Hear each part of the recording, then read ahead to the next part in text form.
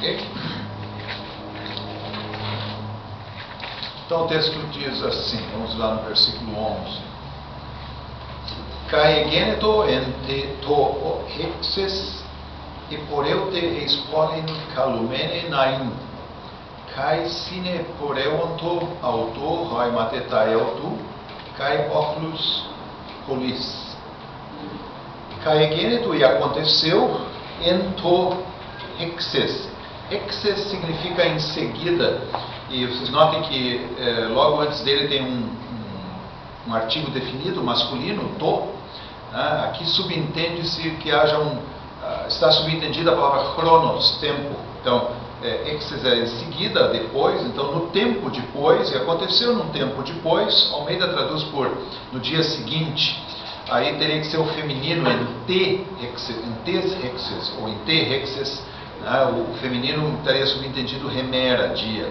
Nesse caso aqui, como tem o masculino, é no tempo seguinte, portanto é indefinido. E poreuto, verbo poreuomai, o auristo depoente de poreuomai, foi eis polin calumenen, para uma cidade.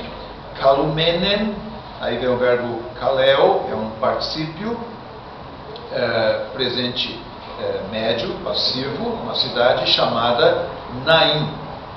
Kai sine poreuonto, sin poreuomai, ir com. Sine poreuonto, esse verbo também é um verbo depoente, lembra? Os verbos depoentes, aqueles que terminam em omai, eles têm forma de médio, mas o significado dele é ativo.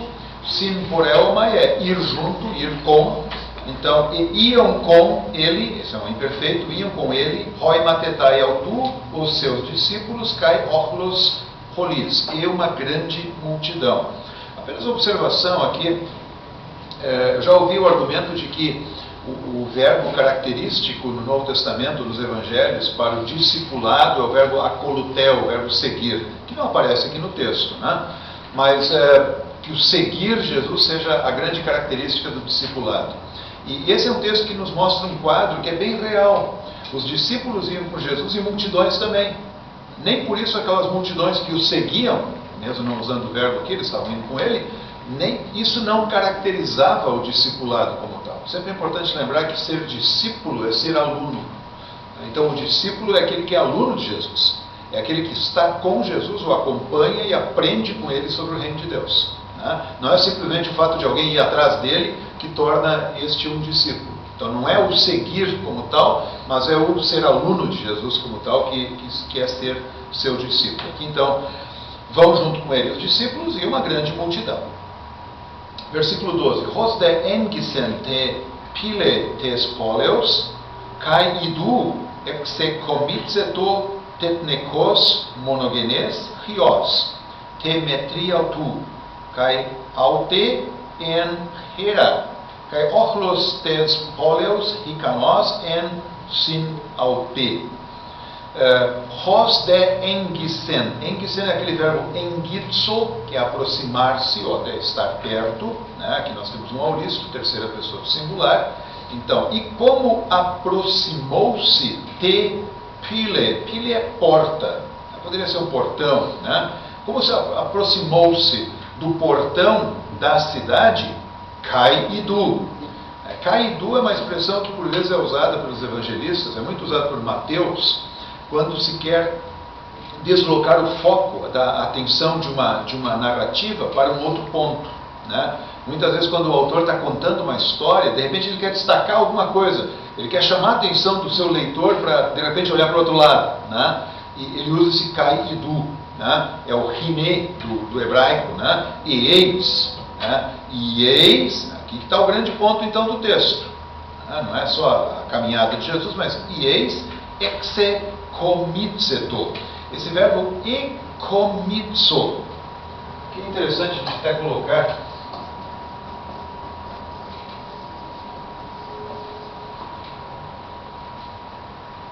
Isso é um auristo que eu tenho aqui. Então vocês notem que ficou lá exe comitzeto. Ek é uma preposição, esse aqui é o chamado verbo composto, né, e tem uma preposição, aí nesse caso o aumento do verbo sempre acontece aqui no meio, entre a preposição e a parte principal do verbo. Por isso que aqui acabou aparecendo um xi e um epsilon.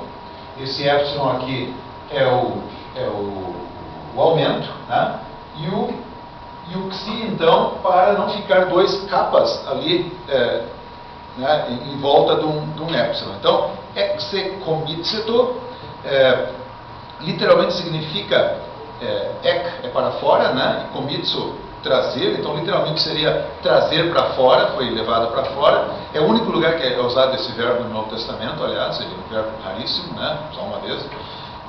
E era trazido para fora, então. Desculpa, eu estava lendo aqui o outro verbo. Isso aqui é um imperfeito.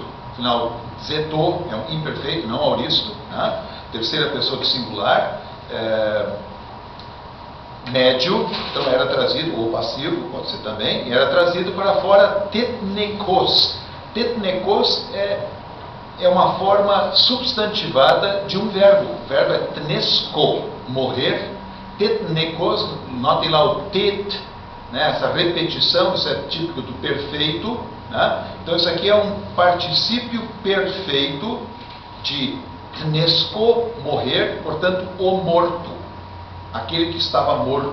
Né? Então, e como se aproximou da porta da cidade, e eis, era trazido para fora um morto, tetnekos. Agora ele vai dizer quem era esse morto.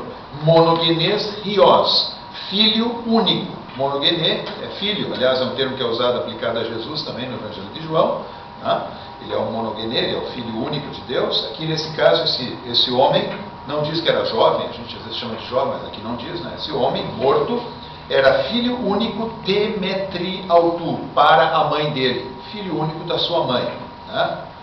Kai aute en Hera, Hera viúva, e ela era uma viúva.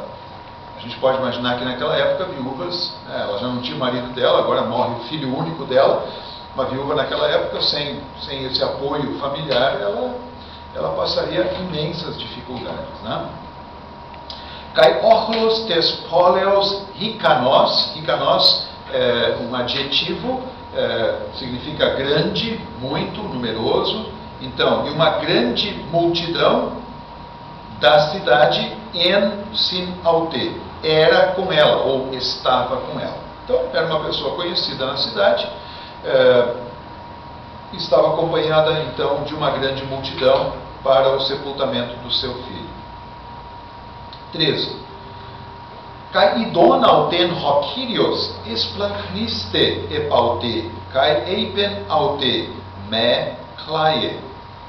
Kai idon, vocês têm aqui o particípio auristo de oral, vendo ou tendo visto, a hokirios esplangniste. Aqui eu queria chamar a atenção para vocês, é a primeira vez que o Lucas chama Jesus de Kyrios.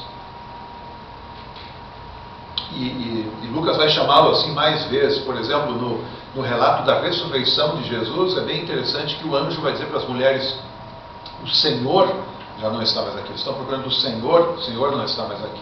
Né? É um termo que Lucas aplica a Jesus. E o termo Kyrios, naturalmente, que ele era um termo que na época era aplicado a reis, né? Deuses, na mitologia, enfim, né? E Jesus é chamado de O Kyrios, né? É um título cristológico importante. Esplangniste. Esse aqui é um verbo muito interessante, esplangniste. O verbo é esse aqui.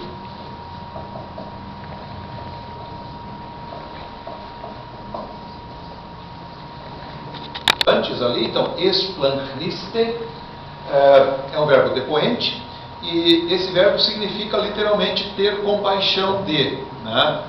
Só que o que é curioso no verbo é o seguinte: ele, splankna, no grego, são intestinos, os intestinos de alguém. Né? Então, esse verbo foi construído a partir da palavra entranhas, intestinos. A gente não sabe exatamente porquê, mas dá para imaginar. Né?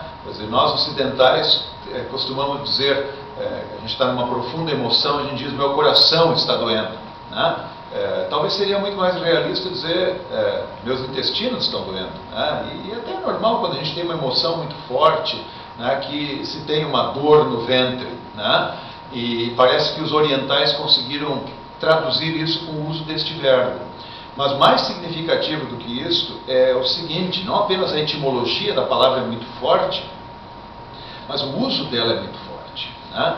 Esse verbo, quando usado no Novo Testamento, nos Evangelhos, ele sempre tem como sujeito Jesus ou Deus. Na verdade, a única ocasião em que não é ou não seria Jesus ou Deus sujeito é na parábola do bom samaritano. Quando diz lá que o bom samaritano viu aquele homem machucado, compadeceu-se, é usado esse verbo, e foi ajudá-lo. Talvez a gente possa entender por que Santo Agostinho, interpretando a parábola do bom samaritano, diz que o samaritano é Jesus, né? Que vem em busca do pecador que está à beira da estrada, a quem a lei não consegue ajudar. Né? Uma interpretação bem alegórica, né? Mas é o único lugar em que esse verbo não tem como sujeito Jesus ou Deus. Sempre é Deus ou Jesus que tem esse sentimento, por assim dizer. Uma outra observação: sempre que esse verbo é usado, ele sempre foca alguém que está numa situação tal que não conseguiria sair sozinho. Né? Alguém que está numa... E óbvio, né? Nós estamos aqui diante de uma viúva cujo filho está morto. Quer dizer, ela não tem absolutamente nada a fazer. Por maior boa vontade, por maior santidade que ela eventualmente tenha, né? Por mais amigos que a acompanhem, nada vai mudar a situação do filho dele. O filho dela está morto. Né?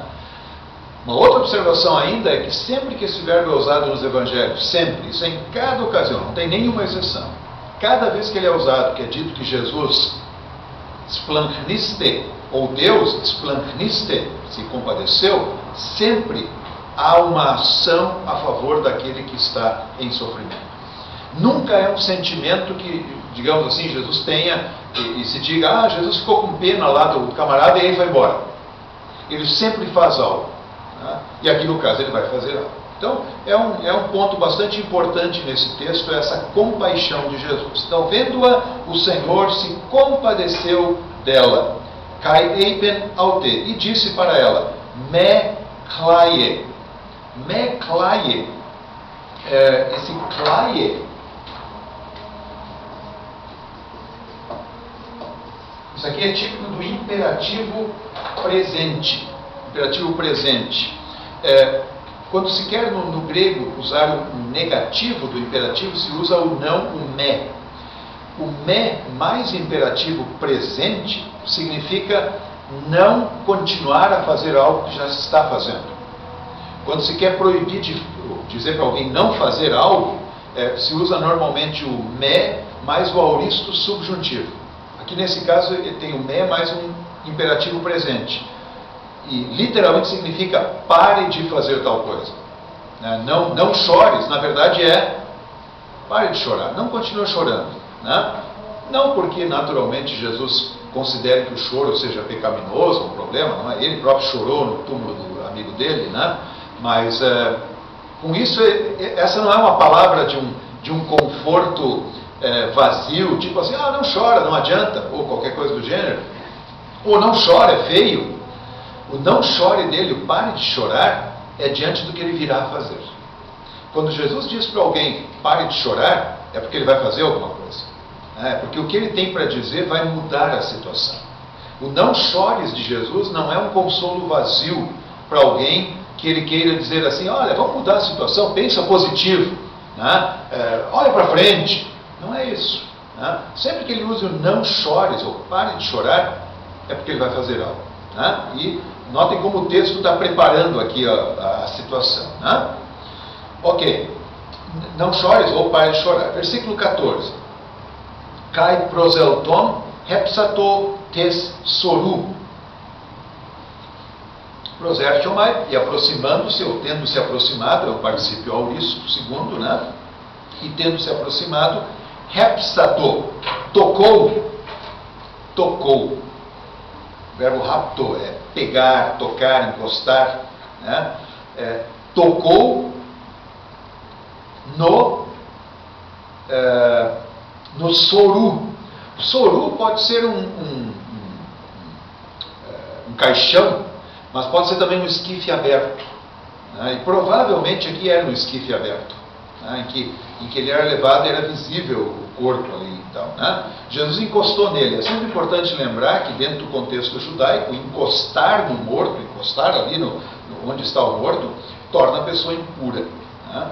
E isso é uma coisa bonita da gente ver em quantas situações Jesus tocou em pessoas que estavam numa situação de impureza, e ao invés de ele se tornar impuro, o ato dele, por assim dizer, purificou o outro. Né? Quer dizer, Jesus, com a sua misericórdia, com a sua compaixão, com a sua ação amorosa, ele purifica aqueles que eram considerados impuros, até mesmo o morto. Né? Então ele vai lá e toca, né, no esquife, e aí diz ali, roide bastadzontes. Bastadzo é carregar, pegar, então roi bastadzontes é um particípio substantivado, né? Os carregadores, e os carregadores estesan. Aqui nós temos um auristo, terceira pessoa do plural, do histemi, auristo indicativo ativo, histemi. Histemi é um dos poucos verbos no grego que tem auristo primeiro e auristo segundo. Né? Casualmente, a terceira pessoa do plural é igual tanto no auristo primeiro como no auristo segundo. Aí a gente tem que decidir. O histemi, no auristo primeiro, ele é transitivo. No auristo segundo, ele é intransitivo. Então, no transitivo, pode significar colocar algo num lugar. Né? Intransitivo é parar, ficar de pé. Provavelmente esse é o uso aqui, então ficaria lá. E os carregadores pararam. Kai Eipen, e ele disse, Jesus disse, neaniske, jovem. Aqui nós temos um vocativo, não é tão comum, né? Um vocativo, afinal epsilon, né? Neaniskos, ó jovem, só lego, eu te digo, egerte-te, o verbo egeiro, esse aqui é um auristo imperativo passivo. Auristo imperativo passivo. Né? Então, ser levantado. Né? Egeiro pode significar levantar, pode significar ressuscitar também, é um verbo que Paulo vai usar para a ressurreição de Cristo dos mortos. Né? Então, levanta-te. Só que é importante lembrar que esse levanta não é feito pelo próprio. Ele está morto, como é que ele vai, né, tomar uma resolução de levantar-se? Né? A ordem de Jesus, que é a ordem feita no imperativo, ela carrega consigo o poder para aquilo que vai ser realizado. Né? Quando Jesus usa esse imperativo, ele não é um imperativo que exige do outro uma ação, até porque o outro está morto. Né? Esse imperativo produz a ação. Né? A palavra de Cristo, na verdade, vai produzir. Então ele diz para o jovem, levanta-te. Versículo 15, Kai anekatisen honekros, Kai erxato lalein, Kai edoken auton, te metri autu. Kai anekatisen. Anekatisen é do verbo sentar-se, katitso significa sentar-se, né? Colocar-se ereto, né? Sentar reto. Né?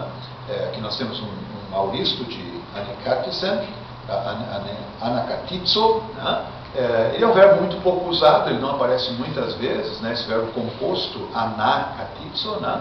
Mas significa levantar-se. Ele é usado, por exemplo, quando Pedro chama à vida aquela mulher chamada Lídia, está morta lá, e ele, né, chama ela à vida e ela levanta-se também. Né? Então o jovem levantou-se, sentou o honekros. Eu disse jovem aqui, porque a gente subentende que seja, né? Mas ele não diz aqui, ele diz que é o morto, sentou-se. Kai erxato archomai. Archomai, usado no médio, significa começar. No ativo ele significa governar. Aqui eu tenho médio, terceira pessoa do singular do auristo médio. Né? Então ele começou a lalein, começou a falar. Interessante que o Lucas dá esse detalhe, que pode parecer até pequeno. Qual é a importância de dizer que o cara começou a falar? Né? É uma maneira de dizer, olha, ele estava realmente vivo. Tão vivo que ele começou a falar. Não é que deu uma chacoalhada lá no esquife, de repente, né, sei lá, por algum motivo caiu, ficou de pé, ficou sentado. Né? Mas não, ele começou efetivamente a falar, ou seja, ele estava realmente vivo. né? A ordem de Jesus, erguer-te, levanta-te, ser ressuscitado, ela carregou consigo o poder da vida. Jesus fez ele viver. Então sentou-se o morto e começou a falar. E aqui tem uma cena novamente muito bonita. Kai edoken, e ele deu didomi, né? O auristo de didomi, edoken, terceiro singular, e deu o temetriautu para a mãe dele. E Jesus deu-o para a sua mãe. Novamente é um detalhe, pode parecer pequeno, né? Mas é singelo, mas ele demonstra o carinho, o apreço, o cuidado de Jesus por este homem, jovem provavelmente, né? E pela sua mãe. Mais ou menos quando ele trouxe à vida aquela menina, né? Com o Talita Kumi, né? E aí ele diz para os pais, deem de comer para ela. A gente lê aquilo e pensa, pô, ela acabou de ressuscitar, é o milagre mais fantástico da história, e Jesus está preocupado que tem comida para ela. Claro, a vida continua, né? Vamos aproveitar a vida que Deus está dando agora, né? E a mesma coisa o jovem, Jesus o entrega à sua mãe. Mas é uma cena muito bela, muito bonita, né? Aquela mulher que estava lá, entregue agora, por assim dizer, à própria sorte, né? Ela recebe de Jesus um presente fantástico. Não só a alegria de ter o filho, né? Vivo novamente, mas o filho para ela, né? E aí continua dizendo, e agora vem as reações, né? Versículo 16. Ela bende phobos pantas, kai edoxazon, tonteon legontes hoti, profetes megas egerte en hemin, kai hoti epeskepsato hoteos ton laon autu. Ela bem, o auristo segundo de Lambano, e tomou temor, phobos, temor, medo tomou pantas a todos, kai edoxazon, doxazo, dar glória, glorificar. Aqui nós temos um imperfeito. O imperfeito pode ter o sentido durativo, né? E glorificavam, mas ele também pode ser, o imperfeito é usado naquele sentido de começar uma ação. Começaram a glorificar, talvez seja o melhor aqui, e começaram a glorificar a Deus, legontes, dizendo, hoti. Em outra ocasião eu já tinha comentado que o hoti, que, ele pode ser usado simplesmente como dois pontos, introduzindo um discurso direto. Então, muitas vezes o hoti, após um verbo de falar, legontes, ele pode ser traduzido por dois pontos. Quer dizer, aquilo que vai ser dito agora é exatamente o que as pessoas lá estavam falando, né? E o que eles estavam falando? Profetes megas egerte, um grande profeta levantou-se, ou foi levantado. Egerte, aqui o egueiro, curiosamente o mesmo verbo antes que Jesus utilizara, né, para o jovem, né? Um grande profeta levantou-se en hemin, entre nós. A conclusão do povo é que Jesus é um grande profeta. É interessante que não diz aqui o profeta, né? A gente sabe lá do Deuteronômio que foi prometido, o próprio Moisés disse que um grande profeta haveria. Deus disse mesmo que um profeta semelhante a Moisés seria levantado, né? O texto messiânico, né? Eles não dizem o profeta está aqui. Então é até difícil a gente saber se eles estão com uma perspectiva messiânica de fato, né? Ou se eles estão pensando num profeta. E aí deixa eu fazer um parênteses. Na leitura bíblica do próximo domingo, a leitura do Antigo Testamento é a primeira de Reis 17, né? Onde fala de Elias. Elias que está lá e encontra uma viúva, Sarepta, e ela também tem um filho morto. E o Elias, então, né, se torna instrumental de Deus para que aquele filho da viúva venha a viver novamente. A pergunta é, será que o pessoal lembrou da história? Né? Nós vamos lembrar domingo, lendo o texto, né? Será que o pessoal lembrou da história e disse, opa, esse cara é que nem o Elias. O Eliseu também aconteceu a mesma coisa, né? O Eliseu, aquela sunamita, né? Também ocorreu de haver morte e o profeta ser instrumental de Deus para a volta à vida. Então talvez o povo simplesmente tenha pensado, olha, a gente já viu coisas parecidas no Antigo Testamento, está aí um profeta. Ou eventualmente alguém de fato pensou, esse é o profeta. O próprio texto não nos deixa claro. Mas aí tem uma seguinte frase, Kai hoti, e, dois pontos, episkepsato, episkeptomai é o verbo, aqui nós temos um auristo médio, é um verbo depoente. Esse episkeptomai significa visitar, visitar. Né? No Antigo Testamento, algumas vezes é dito que Deus visitará o seu povo. Pakad é o verbo no hebraico. Deus vai visitar o seu povo no tempo, para abençoá-lo, e no fim, no futuro, no dia do Senhor, Deus vai visitar, trazendo juízo sobre os maus e trazendo bênção sobre o seu povo. Essa frase aqui, de fato, é muito interessante. Quando o povo diz Epeskepsato, visitou, Hoteos, Deus, Ton Laon Autu, o seu povo. Deus visitou o seu povo. O que eles estão querendo dizer com isso? É difícil a gente chegar numa conclusão taxativa, né? Estariam eles dizendo, esse homem que está aqui é Deus que visitou o seu povo? Provavelmente não. Ao que tudo indica, não é isso que eles estão querendo dizer. Mas por intermédio da ação deste homem, Deus está fazendo aquela visita escatológica dele.